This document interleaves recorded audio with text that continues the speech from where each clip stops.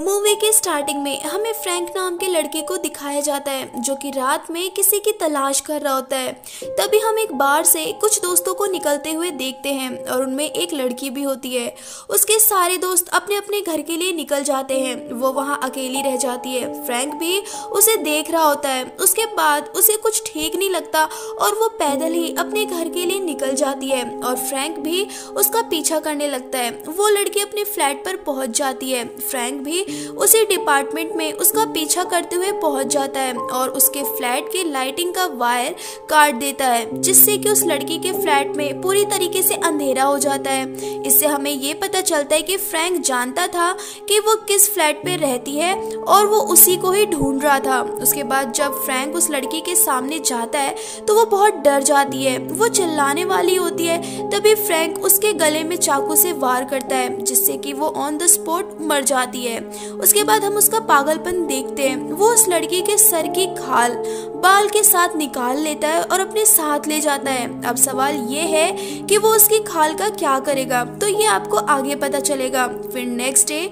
हमें फ्रैंक का घर दिखाया जाता है। उसके घर में हम बहुत सारे डमी को देखते हैं और एक डमी के सर पर उसी लड़की की खाल लगी होती है और यहाँ हमें उसका सारा पागलपन पता चल जाता है। वो डमी को एक न्यू लुक देने का शौकीन था और वो पूरी तरह से रियल लगे, इसलिए वो उन लड़कियों की तलाश में रहता था जो उसे पहली बार में ही अच्छी लगे और बाद में वो उसकी भी खाल निकालकर वो डमी को न्यू लुक दिया करता था। उसकी एक डमी की शॉप भी थी। उसके बाद हम देखते हैं कि वो एक लड़की से बात किया करता था जो कि उसने कुछ दिन पहले ही शुरू करी थी।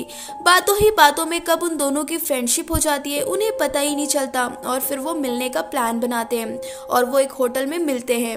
अब लड़की की बातों से साफ पता चलता है कि वो फ्रैंक को लाइक करती है और ये प्रूफ भी हो जाता है जब वो फ्रैंक से क्वेश्चन करती है कि तुम्हारी शादी हो गई है, लेकिन फ्रैंक मना कर देता है। वो कहता है कि उसके लाइफ में कोई ऐसी लड़की है ही नहीं जिसके साथ वो अपना फ्यूचर बना सके। ये सुनकर वो लड़की मन ही मन खुश होने लगती है कि तभी फ्रैंक को एक सपना आता है कि उस लड़की के सर में से खून निकल रहा है और वहाँ बैठे सभी लोग उसे ही देख रहे हैं और तभी उसके सर में बहुत दर्द होने लगता है और वो भागकर वॉशरूम जाता है और वहां जाके वो अपनी दवाई खाता है। अब हम आपको बता दें कि जो वो दवाई खा रहा था वो माइग्रेन की दवाई है। इसका मतलब फ्रैंक को माइग्रेन की प्रॉब्लम है। उसके बाद जब वो नॉर्मल हो जाता है तो वो लड़की फ्रैंक को अपने घर ले जाती है और वहां उसे ड्रिंक ऑफर करती है, लेकिन अब फ्रैंक अपने आप को रोक नहीं पाता और वो उस लड़की पर अटैक कर देता है और उसका गला दबाकर उसे मार देता है और उसकी खाल निकाल कर अपने साथ अपने घर लाकर एक डमी पर लगा देता है और उस पर लगाते ही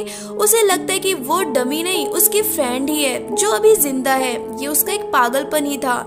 लेकिन वहाँ एक बात बहुत अलग थी कि जब भी वो किसी को मारकर आता था तो जब वो अपने आप को मिरर में देखता था तो उसे अपने आप पर बहुत गुस्सा आता है कि उसने ऐसा क्यों किया और वो उस मिरर और सामान को तोड़ने लगता था और तभी उसे अपनी मॉम की याद आती है कि वो उनसे कितना प्यार करता था और उनके बाल भी बनाया करता था। फिर नेक्स्ट डे जब फ्रैंक अपनी शॉप पर होता है तो वहाँ एना नाम की एक लड़की आती है और उसके डमी की फोटोज लेने लगती है।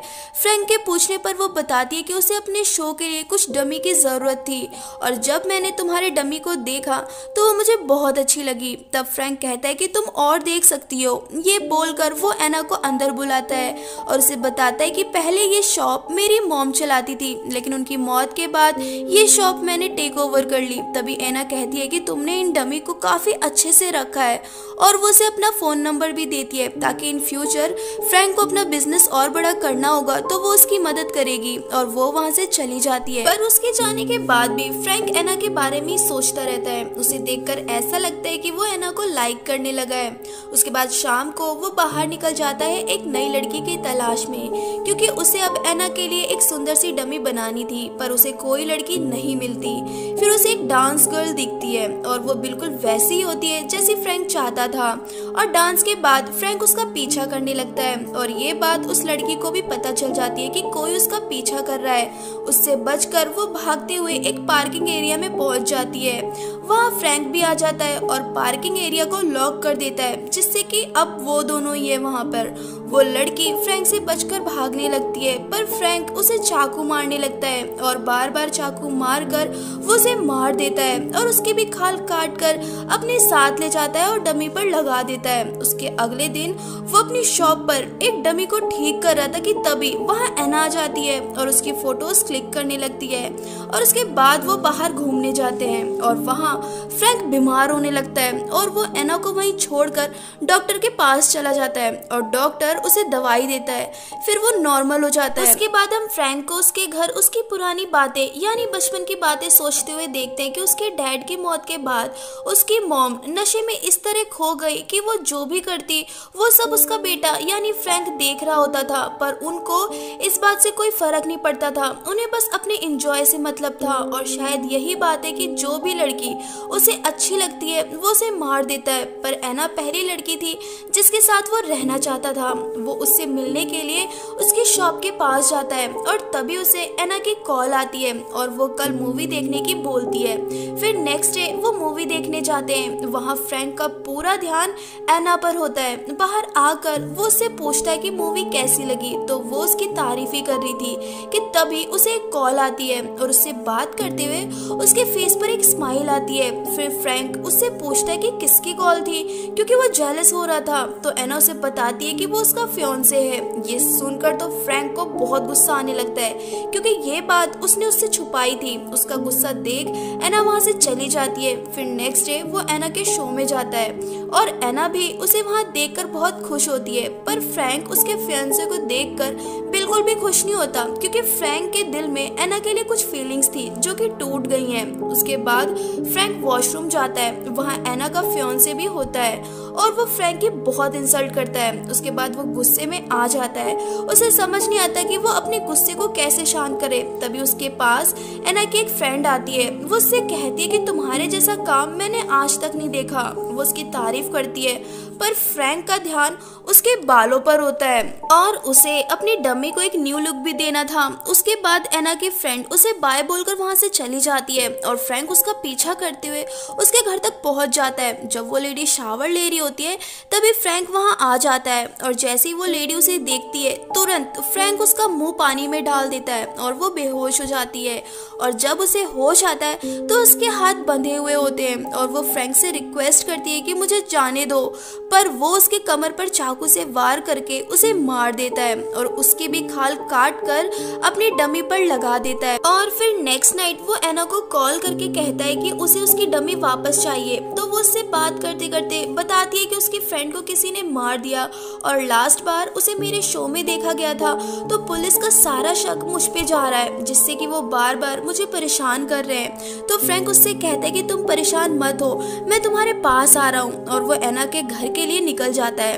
वहाँ जाकर वो देखता है कि कोई आदमी उसके घर में पहले से ही बैठा है। तो एना उसे बताती है कि वो उसका पड़ोसी है। फिर वो वहाँ से चला जाता है। फिर फ्रैंक पूछता है कि तुम्हारा फियांसे कहाँ है।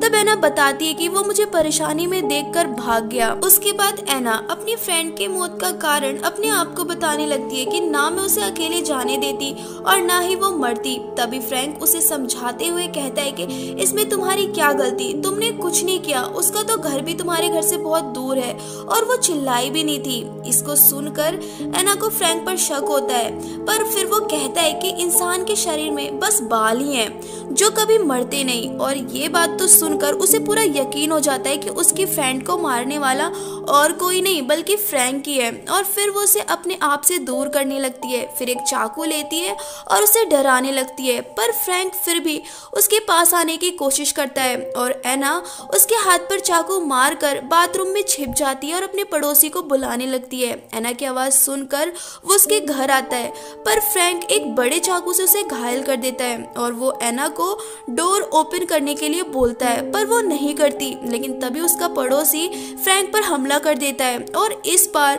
वो उसे मार देता है और दरवाजे को तोड़ देता है। फिर अंदर जाके वो एना को एक चादर से बांधने की कोशिश करता है जिससे कि उसका दम घुट जाता है और वो बेहोश हो जाती है। फिर फ्रैंक उसे अपनी कार में रख कर अपने घर ले जाने लगता है कि तभी एना को होश आ जाता है और वो उसी के डमी का हाथ निकाल कर उसी को मारती है और वहां से भागने लगती है। तभी वहां एक आदमी अपनी कार से आ रहा होता है और एना उससे हेल्प मांगती है। वो उसे कार में बैठने को कहता है और फ्रैंक को सामने से आता देख वो उसे कार से उड़ा देता है और तभी कार का बैलेंस बिगड़ जाता है और उसका वहीं एक्सीडेंट हो जाता है और वो आदमी और एना बुरी तरह घायल हो जाते हैं। फ्रैंक उसके पास आता है और कहता है कि मैं तुम्हें बहुत प्यार करता हूँ और एना का भी सर की खाल निकाल लेता है और घर जाकर एक डमी पर लगा देता है। वो उसे वेडिंग ड्रेस और एक रिंग भी पहनाता है। उसे लगता है कि उसकी और एना की शादी हो गई है और तभी उसे लगता है कि उसके सारे डमी उस पे हंस रहे हैं, उसका मजाक बना रहे हैं, वो जिंदा हो गए हैं और वो उसे मारने के लिए उसकी तरफ आ रहे हैं। पर ये सब सिर्फ उसका एक भ्रम था और वो खुद को ही मार लेता है। उसके बाद जब पुलिस वहां आती है तो वो उसे मरा हुआ पाती है और ये मूवी यहीं पर एंड हो जाती है। तो गाइस ये थी हमारी आज की मूवी जो कि एक साइको पर बेस्ड है। आपको मूवी कैसी लगी कमेंट सेक्शन में ज़रूर बताएं और अगर आप हमारे चैनल पर नए हैं तो चैनल को सब्सक्राइब करना बिल्कुल भी ना भूलें। Thank you and bye bye.